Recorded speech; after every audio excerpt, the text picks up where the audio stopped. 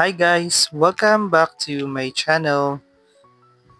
For today's video, tuturuan ko kayo kung paano mag-view, mag-link, at makita yung payment ninyo sa Pag-ibig.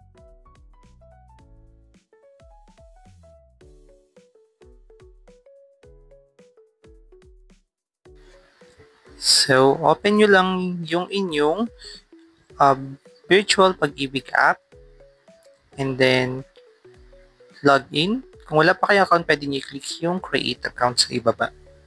Then, lagay nyo lang ang inyong email at password.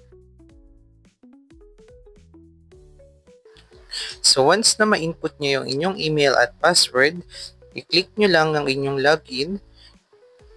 Kung nakalimutan ninyo, forgot nyo lang yung password sa baba. So, once na makalogin kayo, makikita ninyo ang inyong account details.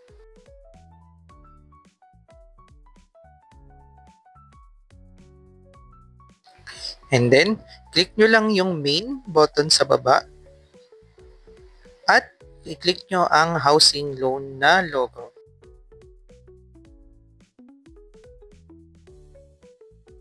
After nun, may kita ninyo ang link account and view account. So, click nyo lang yung link account kung magli-link kayo. And then, i-input nyo lang ang inyong account number na makikita ninyo sa papel na binigay ni Pag-ibig.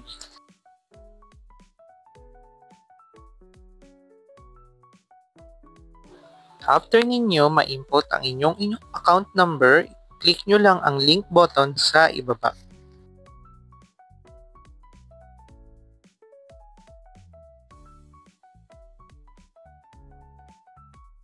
After ma-link, babalik kayo sa main page. I-click nyo lang ulit ang housing loan na logo. At para ma-view ang account, i-click nyo lang ang view account na logo.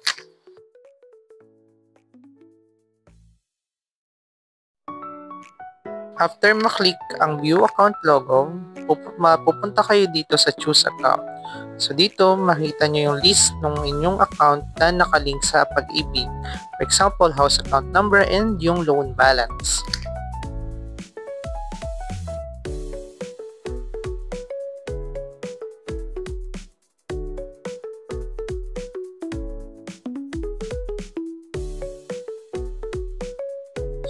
Click lamang ninyo ang inyong housing account number at lalabas ang inyong details.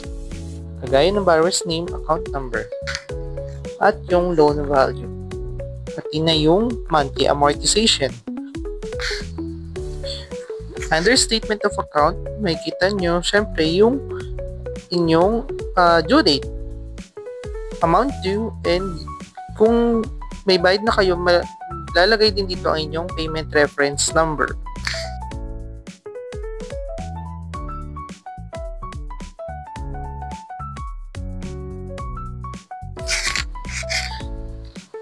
Under last payment details, makikita ninyo ang inyong payment date, even bond receipt number, applicable months, amount, and reference number, at yung outstanding balance.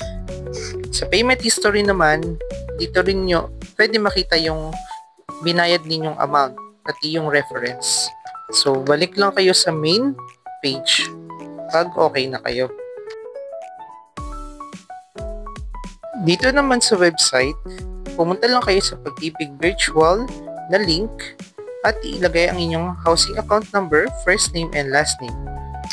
Pag nakalogin na kayo, lalabas agad yung inyong account summary.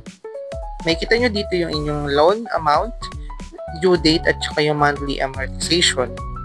And then, kung gusto ninyong mag-paperless billing or sa email ipapadala yung inyong bill, ilagay lang ninyo yung inyong email address at i-confirm nyo lang and then submit.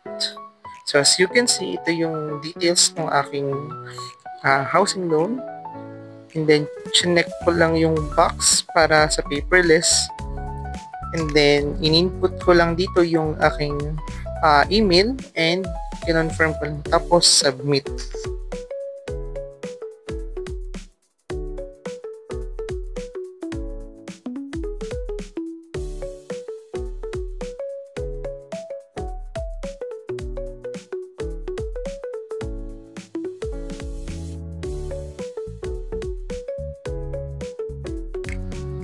After ko submit, lumabas yung prompt na successful na yung pag-subscribe ko dun sa paperless billing.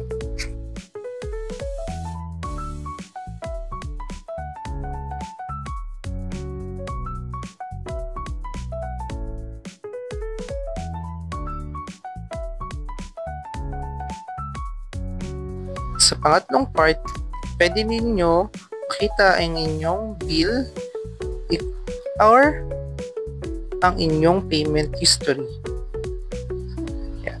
Download nyo lang guys or print kung gusto nyo i-print or view. Okay? So yun lang naman guys yung aking tutorial ngayong araw na ito. Kung may mga suggestion kayo or may gusto kayo itanong, mag-comment lang kayo sa baba at huwag kalimutang mag-subscribe sa aking channel na Joe4 Vlogs. Okay? So, salamat sa panonood guys and God bless you. Bye-bye.